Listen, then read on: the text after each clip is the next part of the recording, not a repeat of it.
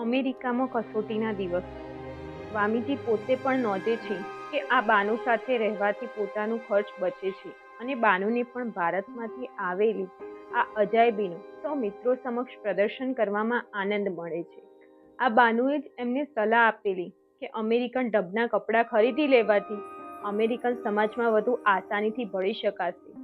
સ્વામીજી પોતે પણ લખે છે, જો મારે અહીં વધારે સમય સુધી રહેવાનું થશે તો મારો આ વિચિત્ર વેશ ચાલશે નહીં. મને જોવા માટે રસ્તામાં સેંકડો લોકો જમા થઈ જાય છે, એટલે મારા માટે કાળો લોંગ કોટ લેવાનું યોગ્ય ધારું છું. પાઘડી અને લાલ જબ્બો વ્યાખ્યાન કરતી વખતે ધારણ કરીશ. આ કપડાં ખરીદવા માટે તેઓ બોસ્ટન ગયા અને ત્યાં વિમેન્સ ક્લબ સમક્ષ તેમણે જે પ્રવચન કર્યું તેનાથી ઘણા લોકોનું ધ્યાન એમના તરફ ખેંચાયું. ધીરે ધીરે સ્વામીજી પરના મુશ્કેલીના વાદળો વિખરાવા માંડ્યા. મિસ સેનબોર્ન દ્વારા એમને હાર્વર્ડ યુનિવર્સિટીના પ્રોફેસર જ્હોન એચ રાઇટનો પરિચય થયો. 4 કલાક સુધી એમણે એ પ્રોફેસર સાથે વિવિધ વિષયો ઉપર ચર્ચા કરી. ધર્મ પરિષદમાં હાજરી આપવાની આશા છોડી બેઠેલા સ્વામીજી માટે આ મુલાકાત ઐતિહાસિક નીવડી. સ્વામીજીના જ્ઞાન ભંડારથી આશ્ચર્યમાં ગરકાવ થઈ ગયેલા પ્રોફેસરે ભારપૂર્વક જાહેર કર્યું કે આવા પુરુષે ધર્મસભામાં હાજરી આપવી જ જોઈએ.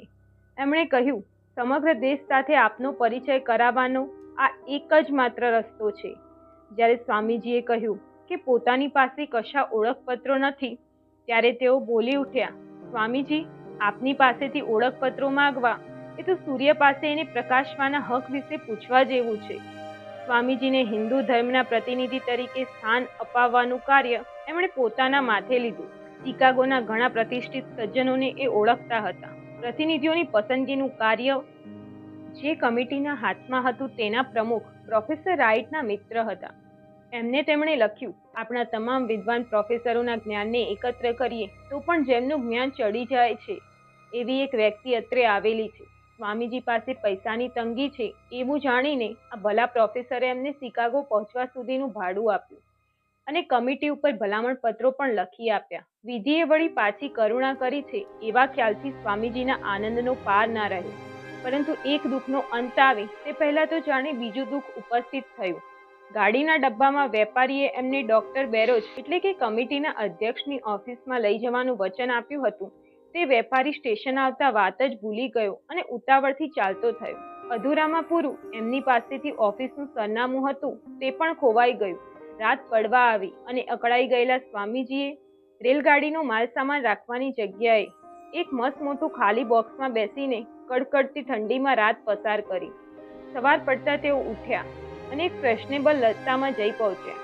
અત્યંત ભૂખ્યા હોવાથી એમને એક સાચા સંન્યાસીને છાજે એવી રીતે બારણે ભિક્ષા માંગવાનું અને પાર્લામેન્ટની કમિટીના મકાનની ભાળ મેળવવાનું શરૂ કર્યું. પરંતુ ધૂળ કપડાં અને મુસાફરીને કારણે બદલાઈ ગયેલા દીદારને લીધે એમને ખૂબ કડવા અનુભવો થયા. કોઈએ તોછડાઈ રાખવી તો કોઈએ અપમાન કર્યું. એથી સ્વામીજીના હૃદયને ખૂબ આઘાત લાગ્યો. તેઓ આગળ ને આગળ ચાલતા રહ્યા. છેવટે થાકીને એટલા લોતપોત થઈ ગયા કે રસ્તાની એક બાજુએ શાંતિથી બેસી ગયા. ઈશ્વર શું જાણે તે કરવું એવો નિર્ણય કર્યો. જીવનમાં અમુક વસ્તુઓ નાટકીય ઢબે બનતી હોય છે. સ્વામીજીના આશ્ચર્યની વચ્ચે સામેના એક મોટા મકાનનું બારણું ઉઘડ્યું. એક જાજરમાન સ્ત્રીએ અત્યંત સંસ્કારી અને મૃદુ સ્વરે પૂછ્યું, સાહેબ, શું આપ ધર્મ પરિષદના પ્રતિનિધિ છો? સ્વામીજીએ પોતાની મુશ્કેલીઓ રજૂ કરી ત્યારે બહેને તરત જ એમને ઘરમાં આવવાનું કહ્યું અને નોકરોને એમને એક ખંડમાં લઈ જવાની અને એમની સગવડો સાચવવાની આજ્ઞા કરી. સ્વામીજી નાસ્તો કરી લેશે એટલે પોતે જાતે પરિષદની ઓફિસમાં લઈ જશે એવું પણ એમણે વચન આપ્યું. ખરે વખતે આમ વિધિએ એમને મદદ કરી. એ બહેનનો ઉપકાર માનવા માટે સ્વામીજીને શબ્દો પણ ઓછા પડ્યા. એ ભલાબાનું તે મિસિસ જ્યોર્જ ડબલ્યુ હેઇલ. પછી તો એમનું આખું કુટુંબ સ્વામીજી સાથે સ્નેહગાંઠથી બંધાયું. હવે રસ્તો સરળ બની ગયો. એમને પ્રતીતિ થઈ કે પ્રભુ એમની સાથે છે. મિસિસ હેઇલ સાથે સ્વામીજી ઓફિસમાં ગયા. ઓળખપત્ર રજૂ કરતા વેત એમને પરિષદના પ્રતિનિધિ તરીકે સ્વીકારવામાં આવ્યા.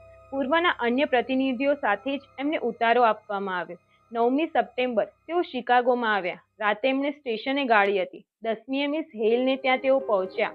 બીજે જ દિવસે ધર્મ પરિષદમાં જે કીર્તિ એમને વરવાની હતી તેણે એમને અમેરિકામાં જંપવા દીધા નહીં. સ્વામી વિવેકાનંદ સાથે અમેરિકામાં બનેલી ઘટનાઓ પરથી આપણને સમજાય છે કે તેમના જીવનમાં પણ ઘણી મુશ્કેલીઓ આવી, પરંતુ તેમણે જગદંબા અને પોતાના ગુરુ પ્રત્યેની શ્રદ્ધાને ગુમાવી ન હતી, તેમ આપણે પણ આપણા જીવનમાં આવતી મુશ્કેલીઓ સામે ભગવાન પર વિશ્વાસ રાખીને લડી લેવું જોઈએ.